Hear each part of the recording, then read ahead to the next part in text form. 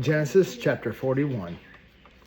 Now it happened at the end of 2 full years that Pharaoh had a dream, and behold, he was standing by the Nile. And lo, from the Nile there came up 7 cows, sleek and fat. They grazed in the marsh grass. Then behold, 7 other cows came up after them from the Nile, ugly and gaunt. And they stood by the other cows on the bank of the Nile.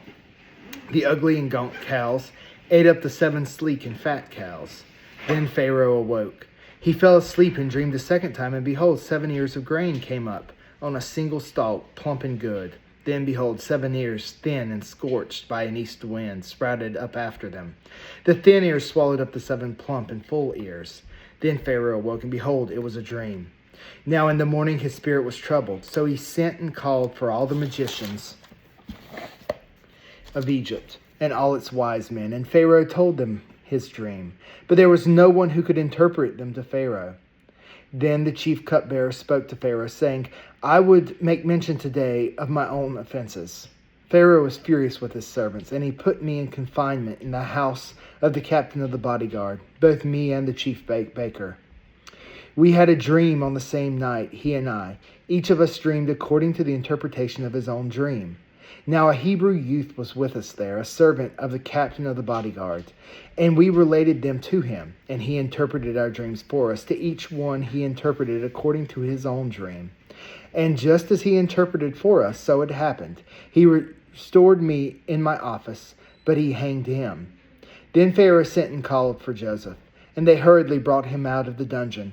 And when he had shaved himself and changed his clothes, he came to Pharaoh. Pharaoh said to Joseph, I have had a dream, but no one can interpret it, and I have heard it said about you that when you hear a dream, you can interpret it. Joseph then answered Pharaoh, saying, It is not in me. God will give Pharaoh a favorable answer. So Pharaoh spoke to Joseph, In my dream, behold, I was standing on the bank of the Nile, and behold, 7 cows, fat and sleek, came up out of the Nile, and they grazed in the marsh grass. Lo, 7 other cows came up after them, poor and very ugly and gaunt, such as I had never seen for ugliness in all the land of Egypt. And the lean and ugly cows ate up the first 7 fat cows. Yet when they had devoured them, it could not be detected that they had devoured them, for they were just as ugly as before. Then I awoke. I saw also in my dream, and behold, 7 ears full and good came up on a single stalk. And lo, 7 ears withered and thin and scorched by the east wind sprouted up after them. And the thin ears swallowed up the 7 good ears. Then I told it to the magicians, but there was no one who could explain it to me. Now Joseph said to Pharaoh, Pharaoh's dreams are one and the same. God has told to Pharaoh what he is about to do. The 7 good cows are 7 years, and the 7 good ears are 7 years. The dreams are one and the same. The 7 lean and ugly cows that come up after the 7 years are 7 years. And the 7 thin ears scorched by the east wind will be 7 years of famine. It is as I have spoken to Pharaoh. God has shown to Pharaoh what he is about to do. Behold, 7 years of great abundance are coming in all the land of Egypt, and after them 7 years of famine will come.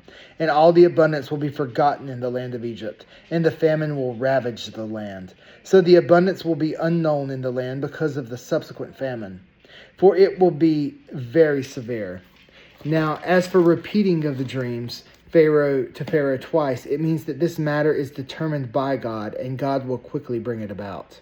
Now let Pharaoh look for a man discerning and wise, and let him over the land of Egypt. Let Pharaoh take action to appoint overseers in charge of the land, and let him exact 1/5 of the produce of the land of Egypt in the 7 years of abundance. Then let them gather all the food of these good years that are coming, and store up the grain for food in the cities under Pharaoh's authority, and let them guard it. Let the food become as a reserve for the land, for the 7 years of famine, which will occur in the land of Egypt, so that the land will not perish during the famine. Now the proposal seemed good to Pharaoh and to all his servants. Then Pharaoh said to his servants, Can we find a man like this, in whom is a divine spirit? So Pharaoh said to Joseph, Since God has informed you of all this, there is no one so discerning and wise as you are. You shall be over my house, and according to your command, all my people shall do homage.